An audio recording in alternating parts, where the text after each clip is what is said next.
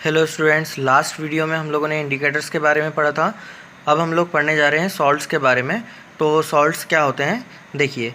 Salts is an ionic compound formed by neutralisation reaction. जैसा कि मैंने आप लोगों को पहले भी बताया था कि न्यूट्रलाइजेशन रिएक्शन क्या होती है। जब हम लोग यहाँ पर एसिड और बेस को रिएक्ट करवाते हैं तो हमारे पास सॉल्ट और वाटर बनता है, ठीक है। तो एसिड और बेस की रिएक्शन से हमारे पास सॉल्ट और वाटर बनता है। ये एक दूसरे के इफ़ेक्ट को न्यूट्रलाइज़ कर देते हैं। ये मैंने आप लोगों को पहले भी बताया था। तो देखिए, जैसे सॉल्ट, यहाँ पर सॉल्ट और वाटर बनता है। तो सॉल्ट हमारे पास फॉर एग्जांपल जैसे NaCl है ना, जो कि हमारे पास कॉमन सॉल्ट होता है। उसके बाद CaCl है ना, कैल्शियम क्लोराइड और सोडियम क्लोराइड। तो यहाँ पर जो NaCl यानी कि सोडियम क्लोराइड होता है, जिसको कि हम लोग किचन में भी यूज़ करते हैं, ठीक है। इसके बाद हम लोग आ जाते हैं, देखते हैं कि ये जो सॉल्ट्स होते हैं, इन सॉल्ट से जो केमिकल्स बनते हैं, यानी कि केमिकल्स फॉर्म सॉल्ट्स। तो सॉल्ट्स के थ्रू क्या क्या केमिकल्स बनते हैं, तो हम लोग यहाँ पर ये देखते हैं। हमारे पास पहला सब्सटेंस हम लोग देख रहे हैं सोडियम हाइड्रोक्साइड, जिसको कि हम लोग NaOH कहते हैं, ठीक है। उसके बाद सेकंड जो है हमारे पास ब्लीचिंग पाउडर, ठीक है, CaOCl2 ब्लीचिंग पाउडर कहते हैं इसे। उसके बाद होता है हमारे पास बेकिंग सोडा NaHCO3, ठीक है। उसके बाद फोर्थ है हमारे पास वॉशिंग सोडा, जिसको कि हम लोग Na2CO3 10H2O, ठीक है। तो इसके बाद हमारे पास लास्ट जो है आपके पास प्लास्टर ऑफ पेरिस यहाँ पर बन जाता है, जिसको कि हम लोग CaSO4 1.5 H2O, ठीक है। तो ये इस तरीके से हमारे पास इतने केमिकल कंपाउंड्स यहाँ पर बनते हैं, ठीक है। अब हम लोग सबसे पहले जो फर्स्ट केमिकल कंपाउंड होता है हमारे पास, वो होता है हमारे पास सोडियम हाइड्रोक्साइड, जिसको कि हम लोग NaOH कहते हैं, ठीक है। तो देखिए, सोडियम हाइड्रोक्साइड, इसको हम लोग कास्टिक सोडा भी कहते हैं, ठीक है। तो ये फॉर्म कैसे होता है, इसको बनाते कैसे हैं, तो देखिए सबसे पहले हमारे पास क्या होता है, when electricity pass through an aqueous solution of NaCl it decompose to form NaOH। मतलब एक्वस सॉल्यूशन हम लोगों को लेना है, यानी कि सोडियम क्लोराइड के साथ में हम लोगों को वाटर मिक्स करके जब हम लोग उसमें इलेक्ट्रिसिटी पास करवाते हैं, तब हमारे पास सोडियम हाइड्रोक्साइड बनता है, ठीक है। सोडियम हाइड्रोक्साइड बनता है, क्लोरीन गैस निकलती है और हाइड्रोजन गैस निकलती है, ठीक है। तो ये आप लोगों को समझ में आ गया होगा। जैसे अब यहाँ पर हम लोग सोडियम हाइड्रोक्साइड के कुछ यूजेस हैं, तो इसके क्या क्या यूजेस हैं हम लोग यहाँ पर देखते हैं वन बाय वन।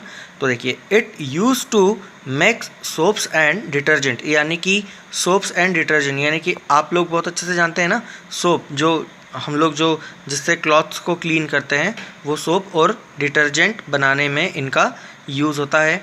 इसके बाद it used in paper manufacture. तो पेपर मैन्युफैक्चर यानी कि आप कहीं पर देखना जहाँ पर पेपर बनता होगा, पेपर मिल जहाँ होती है, तो पेपर मिल में यहाँ पर पेपर फैक्ट्री में जो सोडियम हाइड्रोक्साइड होता है उसको यूज़ किया जाता है। पेपर को क्लीन करने के लिए यहाँ पर सोडियम हाइड्रोक्साइड को यूज़ किया जाता है। तो देखिए, नेक्स्ट हमारे पास केमिकल सब्सटेंस होता है ब्लीचिंग पाउडर, जिसको कि हम लोग CaOCl2 कहते हैं। तो इसका केमिकल फार्मूला होता है CaOCl2। ये हमारे पास होता है ब्लीचिंग पाउडर। तो देखिए, it is produced by the reaction of chlorine on dry slagged lime. तो जैसा कि हम लोग देख सकते हैं कि इसको कैसे प्रिपेयर किया जाता है या कैसे बनाया जाता है। तो स्लैग्ड लाइम यहाँ पर होता है हमारे पास CaO, यानी कि ये ड्राई स्लैग्ड लाइम होता है। और इसमें अगर हम लोग क्लोरीन को अगर फ्लो करवा दें या क्लोरीन को हम लोग इसके साथ अगर रिएक्ट करवा दें, तो हमारे पास CaOCl2 और यहाँ पर वाटर बन जाता है, यानी कि ब्लीचिंग पाउडर हम लोगों को यहाँ पर मिल जाता है और वाटर मिल जाता है, ठीक है। तो ये हम लोगों ने देखा ब्लीचिंग पाउडर। तो ब्लीचिंग पाउडर के यहाँ पर हमारे पास क्या क्या यूजेस हैं, तो देखिए हम लोग इसके यूजेस देखते हैं। हमारे पास इसमें हो जाएगा bleaching cotton and Lenin in industries. तो हम लोग यहाँ पर देख रहे हैं कि कॉटन और लेनिन इंडस्ट्रीज़ में इसका यूज़ किया जाता है, ब्लीचिंग पाउडर का, है ना। इनको साफ़ करने के लिए इसका यूज़ किया जाता है।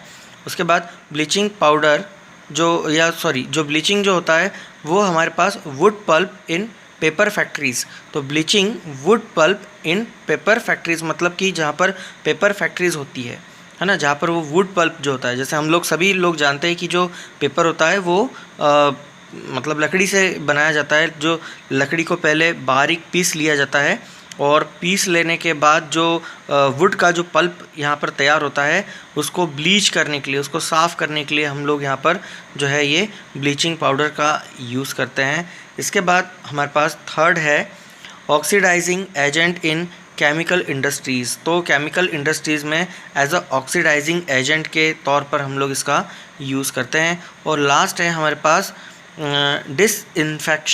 Disinfecting drinking water. तो डिसइंफेक्टिंग ड्रिंकिंग वाटर यानी कि यहाँ पर जो हमारे पास ड्रिंकिंग वाटर होता है, पीने का जो पानी होता है, उसमें किसी तरीके का इन्फेक्शन ना छूट जाए, इसलिए उसको डिसइंफेक्टिंग करने के लिए हम लोग ब्लीचिंग पाउडर का यूज़ यहाँ पर करते हैं। इसके बाद हमारे पास थर्ड जो एक केमिकल सब्सटेंस आ जाता है वो हमारे पास होता है बेकिंग सोडा। बेकिंग सोडा है हमारे पास, जिसको कि हम लोग NaHCO3 कहते हैं, है ना, NaHCO3। इसको हम लोग अगर कहें तो सोडियम बाइकार्बोनेट कहते हैं। सोडियम बाइकार्बोनेट ये होता है बेकिंग सोडा, ठीक है।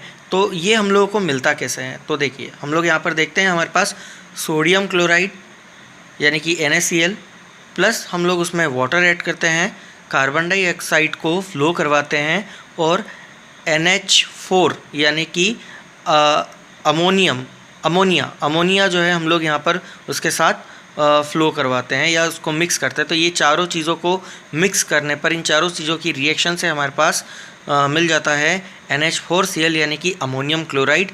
और यहाँ पर हमारे पास NaHCO3 यानी कि सोडियम बाइकार्बोनेट, जिसको कि हम लोग बेकिंग सोडा कहते हैं, ये हमारे पास मिल जाता है, ठीक है। तो इसकी कुछ प्रॉपर्टीज़ हैं, तो देखिए प्रॉपर्टीज़ में क्या होता है।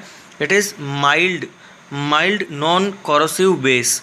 माइल्ड यानी कि होता है बहुत सॉफ्ट, मतलब मुलायम सा होता है ना। It is mild and non corrosive, मतलब कभी भी ख़राब ना होने वाला नॉन कोरोसिव बेस यहाँ पर होता है, ठीक है। ये एक बेसिक सब्सटेंस, मतलब एक तरीके का सॉल्ट है जिसके कि बेसिक प्रॉपर्टी इसमें थोड़ी सी ज़्यादा होती है ना। इसके बाद हमारे पास जो दूसरा इसके जो प्रॉपर्टी है वो हमारे पास है when it is heated during cooking. तो जब हम लोग इसको खाना बनाने के समय जब हम लोग उसको कुक करते हैं, पकाते हैं या गर्म करते हैं, जब हीट करते हैं, तो देखिए क्या होता है हमारे पास सोडियम बाइकार्बोनेट यानी कि NaHCO3 को जब हम लोग हीट करते हैं, हीट करने पर हमारे पास Na2CO3 यानी कि सोडियम कार्बोनेट हमारे पास बन जाता है और water plus carbon dioxide gas हम लोगों को यहाँ पर मिलती है, ठीक है। अब देखते हैं कि इसके यूजेस क्या क्या होते हैं। Ingredient antacid. Ingredient in antacid मतलब एंटा एसिड आप लोग जानते ही हो। एंटा एसिड क्या होता है, जब हम लोगों के पेट में एसिडिटी हो जाती है, तो एसिडिटी हो जाती है तो डॉक्टर हम लोगों को एंटा एसिड सजेस्ट करता है। तो एंटा एसिड क्या होता है, एक तरीके का बेसिक सब्सटेंस होता है जो हमारे पेट में बढ़े हुए एसिड को न्यूट्रलाइज करने का काम करता है। तो जैसे कि हम लोग पेट खराब होने पर कुछ इस तरीके से सोडा वगैरह लेते हैं, तो उस सोडा में हमारे पास यहाँ पर सोडियम बाइकार्बोनेट मिक्स होता है, हम लोग ऐसा कह सकते हैं, ठीक है। इसके बाद हम लोग देखते हैं use in fire extinguisher. Fire extinguisher यानी कि आग बुझाने के लिए भी हमारे पास सोडियम बाइकार्बोनेट का यूज़ यहाँ पर होता है, ठीक है। इसके बाद इसका जो नेक्स्ट यूज़ है वो है हमारे पास बेकिंग पाउडर। तो बेकिंग पाउडर आप सभी लोग जानते हैं कि आपके किचन में यूज़ होता है बेकिंग पाउडर। तो बेकिंग पाउडर को बनाने के लिए इसका यूज़ कैसे होता है, तो देखिए बेकिंग सोडा और प्लस टार्टरिक एसिड और बेकिंग सोडा को मिक्स करके हमारे पास यहाँ पर बेकिंग पाउडर बनाया जाता है। अब बेकिंग पाउडर ख़ास तौर पर गर्ल्स बहुत अच्छे से जानती है किचन्स में हम लोग कैसे उसका यूज़ करते हैं। तो देखिए use in breads and cake to make it soft and spongy. मतलब कि हमारे पास जो ब्रेड्स होते हैं या जो केक्स होते हैं या जो खमन ढोकला होता है उसको बनाने के लिए जब हम लोग इसमें बेकिंग पाउडर जब यूज़ करते हैं तो बेकिंग पाउडर से जो केक या जो हमारे पास जो खमन ढोकला होता है वो बिल्कुल सॉफ्ट और स्पंजी बन जाता है। अब हमारे पास यहाँ पर फोर्थ जो सब्सटेंस है वो होता है हमारे पास फोर्थ सब्सटेंस वॉशिंग सोडा। अब वॉशिंग सोडा को हम लोग कहते हैं सोडियम कार्बोनेट हमारे पास यहाँ होता है और 10 मॉलिक्यूल होते हैं हमारे पास वाटर के H2O यानी कि Na2CO3 10H2O, जिसको हम लोग कहते हैं सोडियम कार्बोनेट डेकाहाइड्रेट। ठीक है, तो ये सोडियम कार्बोनेट डेकाहाइड्रेट हमारे पास वॉशिंग सोडा होता है। तो आइए हम लोग देखते हैं कि इसको प्रिपेयर कैसे किया जाता है या बनाया कैसे जाता है। तो देखो, recrystallisation of sodium carbonate gives washing soda, it is base salt. तो ये भी एक बेस सॉल्ट होता है, मतलब इसकी भी जो प्रॉपर्टी होती है बेसिक तरीके की इसकी प्रॉपर्टी होती है। तो रिक्रिस्टलाइजेशन ऑफ सोडियम कार्बोनेट के रिक्रिस्टलाइजेशन से इसको फॉर्म किया जाता है। जैसे कि आप लोग यहाँ पर रिएक्शन में देख पा रहे होंगे कि सोडियम कार्बोनेट है यहाँ पर Na2CO3, और इसके साथ हमारे पास 10 मॉलिक्यूल अगर हम लोग इसके वाटर के हम लोग इसमें ऐड कर देते हैं तो हमारे पास बन जाता है सोडियम कार्बोनेट डेकाहाइड्रेट। ठीक है, तो इसके जो यूजेस है वो हम लोग इसके यूजेस देखते हैं। तो यूजेस में हमारे पास फर्स्ट इसका यूज़ है in glass, soap and paper industries. तो देखिए, हम लोग यहाँ पर देखते हैं कि सीधी सी बात है, हम लोग यहाँ पर समझ में आ रहा है कि ग्लास मतलब ग्लासेस को साफ़ करने के लिए, है ना। सोप इंडस्ट्रीज़ मतलब इससे सोप बनाया जाता है, नाम से ही पता चल रहा है वॉशिंग सोडा है। तो हम लोग इसका यूज़ सोप बनाने के लिए यानी कि वॉश करने के लिए जितने जो मटेरियल यूज़ होते हैं डिटर्जेंट या सोप, उनके लिए हम लोग यूज़ करते हैं, और पेपर इंडस्ट्रीज़ में भी इसका यूज़ होता है। इसके साथ ही साथ हम लोग देखते हैं कि मैन्युफैक्चरिंग ऑफ बोरेक्स जो होता है एक तरीके का सब्सटेंस है। तो बोरेक्स को बनाने के लिए हमारे पास इसका मैन्युफैक्चर करने के लिए हमारे पास वॉशिंग सोडा का यूज़ होता है। उसके बाद हम लोग देखते हैं क्लीनिंग एजेंट इन हाउसेस, मतलब घरों में जो वॉशिंग सोडा जो है उसका हम लोग क्लीनिंग एजेंट के तौर पर यानी कि घरों में साफ़ सफाई के लिए हम लोग वॉशिंग सोडा का यूज़ करते हैं। इसके बाद रिमूविंग हार्डनेस ऑफ वाटर, मतलब रिमूविंग हार्डनेस ऑफ वाटर यानी कि पानी की जो कठोरता है ना, पानी का जो हार्डनेस है उसको हम लोग कम करने के लिए वॉशिंग सोडा का यूज़ करते हैं। देखिए, अब हमारे पास जो फिफ्थ सब्सटेंस है वो होता है हमारे पास प्लास्टर ऑफ पेरिस, यानी कि जिसको हम लोग कैल्शियम सल्फेट, और हाफ मॉलिक्यूल हमारे पास होता है H2O का, तो हम लोग इसे कहते हैं कैल्शियम सल्फेट हेमीहाइड्रेट। ठीक है, तो व्हेन हीटिंग जिप्सम, अब हमारे पास जिप्सम जो है एक सब्सटेंस होता है जो कि कैल्शियम सल्फेट और 2 मॉलिक्यूल हमारे पास वाटर के होते हैं। तो जब हम लोग जिप्सम को हीट करते हैं 100 डिग्री सेल्सियस पर, तो हमारे पास जो है प्लास्टर ऑफ पेरिस बनता है। कैसे? It losses water molecule and become POP, है ना। तो यहाँ से वाटर मॉलिक्यूल जो होता है उसका लॉस हो जाता है और POP बनता है। ठीक है, तो देखते हैं हम लोग इसको। तो it is a white powder on mixing with water, it's change in gypsum. तो देखिए, हम लोगों ने पहले क्या किया था, जिप्सम को 100 डिग्री सेल्सियस पर हीट किया था, जिसमें से वाटर मॉलिक्यूल जो है वो लॉस हो गया था। वापस से हम लोग इसको वाटर में मिक्स करते हैं, तो वाटर में मिक्स करने पर फिर से हमारे पास क्या बन जाता है, जिप्सम बन जाता है। ठीक है, तो आइए हम लोग देखते हैं। जैसे हमारे पास कैल्शियम सल्फेट है, कैल्शियम सल्फेट हेमीहाइड्रेट, यानी कि हमारे पास यहाँ पर प्लास्टर ऑफ पेरिस है, इसमें हम लोग 1.5 मॉलिक्यूल ऐड करते हैं वाटर का, तो फिर से हम लोगों को कैल्शियम सल्फेट और 2 मॉलिक्यूल और मतलब वाटर के हम लोगों को इसके साथ मिल जाते हैं। तो इस तरीके से हम लोगों को वापस से जो है वो जिप्सम यहाँ पर मिल जाता है। तो आइए देखते हैं कि इसके क्या क्या यूजेस होते हैं। ठीक है, doctor using to support fractured bone. ठीक है, तो हमारे पास जो डॉक्टर होते हैं ये फ्रैक्चर्ड बोन यानी कि जहाँ पर हमारे पास हड्डियों में क्रैक आ जाता है ना, तो हड्डियाँ जो जहाँ पर फ्रैक्चर हो जाती है तो वहाँ पर जो डॉक्टर्स है इसका मेडिकल में यूज़ करते हैं। इसके साथ ही साथ for making toys decoration materials, तो टॉयज़ यानी कि खिलौने बनाने में भी इसका यूज़ होता है प्लास्टर ऑफ पेरिस का।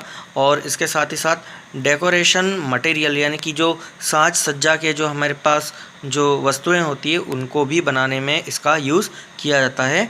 इसके साथ ही साथ इसका एक लास्ट हमारे पास यूज़ होता है फॉर मेकिंग सरफेस स्मूथ, तो सरफेस को स्मूथ बनाने के लिए हमारे पास इसका यूज़ किया जाता है। जैसे कि हम लोग देखते हैं कि हमारे घरों में जो वॉल्स होती है ना, वो वॉल्स जो है वो परफेक्टली स्मूथ नहीं होती है, तो उसको वापस से स्मूथ करने के लिए हम लोग वहाँ पर प्लास्टर ऑफ पेरिस का यूज़ करते हैं, तब जाकर के हमारे पास वॉल्स में स्मूथनेस आती है। Okay, thank you.